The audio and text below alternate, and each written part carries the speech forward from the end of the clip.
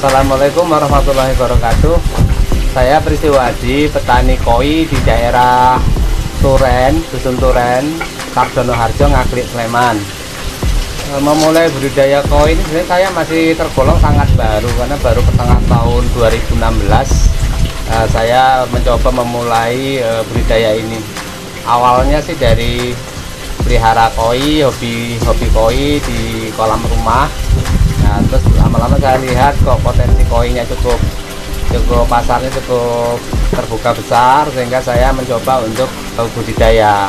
Awalnya itu saya hanya mencoba kolam kecil, Mas, hanya 3 kolam kecil di daerah Gamping sana, karena Gamping. Kemudian dari 3 kolam kecil itu kok lumayan hasilnya itu cukup bagus lah menurut saya.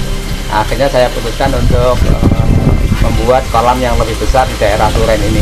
Yang pertama ya karena memang saya suka sama ikan koi, kemudian pelihara koi di rumah gitu ya. Jadi memang saya sudah tertarik lah untuk membudidayakan ikan koi. Di samping itu juga kalau saya amati juga untuk ikan-ikan yang lain itu sepertinya mengikuti tren. Jadi ada waktu-waktu tertentu trennya cukup bagus, tapi nanti kalau beberapa waktu kemudian kelihatannya trennya menurun seperti itu. Tapi koi menurut saya sih sudah teruji ya, karena di negara asalnya di Jepang sana sendiri kan sudah puluhan tahun, mungkin ratusan tahun sudah teruji bahwa petani koinya cukup sukses gitu ya, Mas ya, untuk budidaya koi. Sehingga saya pikir kenapa kita nggak, di samping juga kalau bicara koi juga banyak di daerah-daerah lain juga yang sudah membuktikan bahwa peternak koi itu tidak ada matinya lah istilahnya gitu kan. Trennya terus membaik, konsumennya terus bertambah, posisi seperti itu. Sehingga saya pikir ya ini cukup bagus potensinya gitu.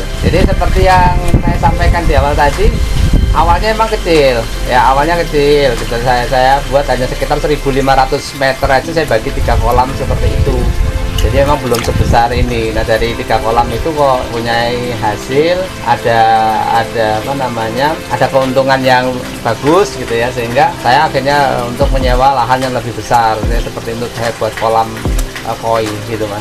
Kemudian lahan yang saya tempat ini kebetulan sekitar kurang lebih 10.300 meter lah ya, atau sekitar 1 hektar. Itu saya bagi menjadi 13 kolam, jadi posisi seperti itu.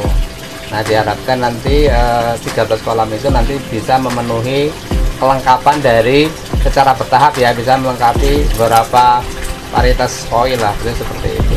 Populasinya kalau sekarang ini sih saya baru ada sekitar 13-14 ribu ekor. Tapi memang rencananya itu minimal setiap periodenya saya bisa menghasilkan sekitar 25.000 ekor lah, seperti itu. Kalau misalnya kita hitung per kolam kita isi 2.000 sampai 2.500 ekor misalnya gitu, sampai di ukuran mungkin 25 cm gitu ya, Mas ya. Nah, itu kan kita bisa menghasilkan cukup banyak lah, seperti sekitar 25.000 ekor mungkin bisa terpenuhi. Kalau prospeknya kalau menurut saya masih sangat terbuka luas ya, karena terbukti sekarang itu khususnya pemula itu bertambah terus gitu ya.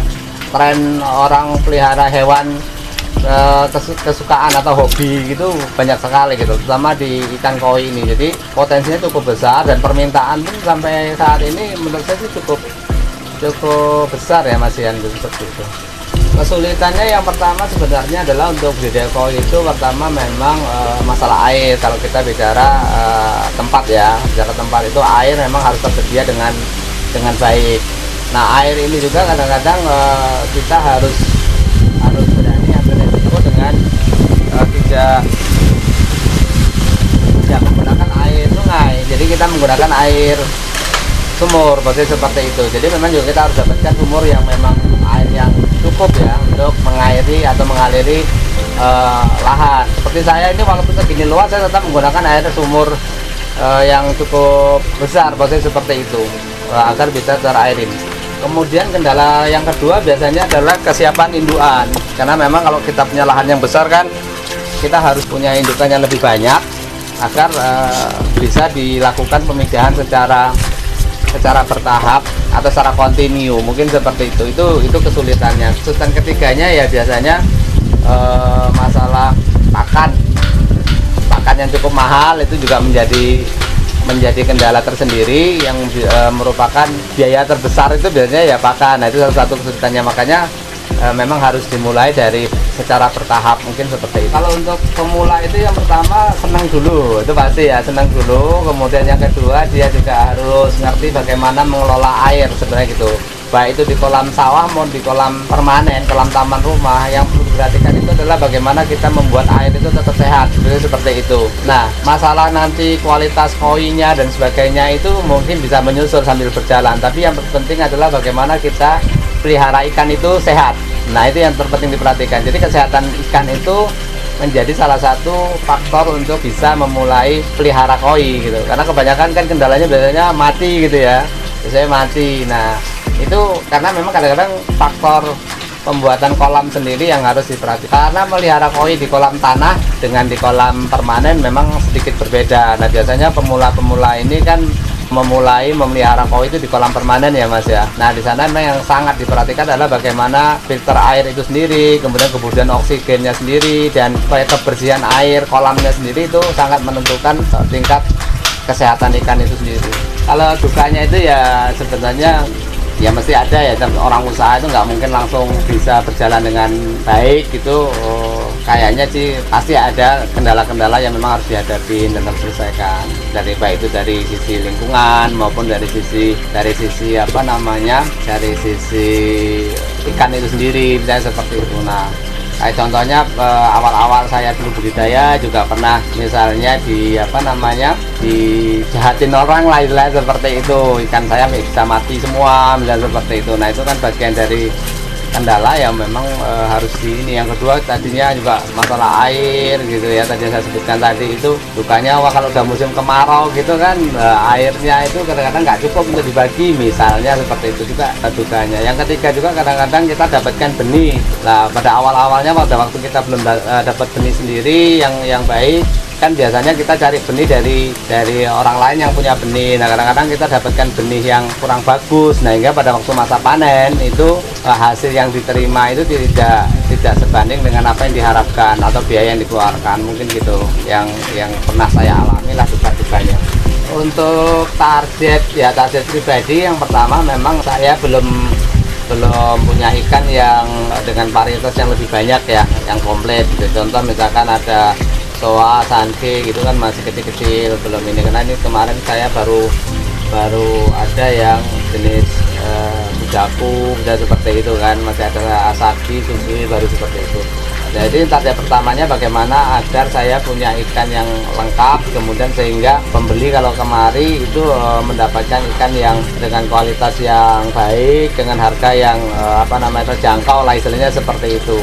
Nah, yang kedua juga targetnya ya bagaimana agar koi di daerah Jogja khususnya gitu mungkin juga bisa bersaing dengan koi-koi di daerah Indonesia lainnya. Ya, kalau pengen belajar mungkin saya juga masih belajar, jadi mungkin kita belajar bareng. Saya terbuka kalau mau diskusi atau sharing gitu ya, nggak apa-apa. Atau kalau mau beli langsung di sini juga ada disiapkan beberapa ukuran, beberapa kualitas koi dan seperti itu. Nah, mungkin kalau mau nanya-nanya alamat juga bisa ke web saya, juga ada di Koi Sumber Mulyo ya. Itu ada di website, di Google Maps-nya. Kemudian kalau mau WA ke saya ya di HP saya 081227573203. Ya, mungkin bagi teman-teman mungkin yang memang ingin mencoba pelihara koi gitu ya, di sini tersedia koi-koi dengan harga yang murah lah. Jadi murah bukan berarti murahan gitu ya, karena memang koi kan tergantung kualitasnya. Nah, jadi di sini kita sediakan di berbagai grade harga gitu ya untuk pemula, agar biasanya pemula itu takut duluan kalau mau beli koi karena terkenal koinya kan mahal gitu ya. Nah, di sini mungkin ada koi yang bisa lebih terjangkau, mungkin seperti itu dengan ukuran-ukuran yang kecil. Nah, bagi teman-teman juga nanti satu saat kalau ada yang membutuhkan koi-koi ukuran kecil gitu, kita juga tersedia mungkin koi ukuran 5-10 cm. Kemudian ada juga yang mungkin kalau pas saya breeding banyak juga bisa benih-benih yang ukuran 2-3 cm juga biasanya kadang-kadang bisa tersedia. Jadi nanti kontak-kontak aja, siapa tahu nanti pas tersedia bisa memenuhi kebutuhan dari teman-teman, mungkin seperti itu. Oke, terima kasih. Demikian, mudah-mudahan bermanfaat bagi teman-teman pecinta koi. Assalamualaikum warahmatullahi wabarakatuh.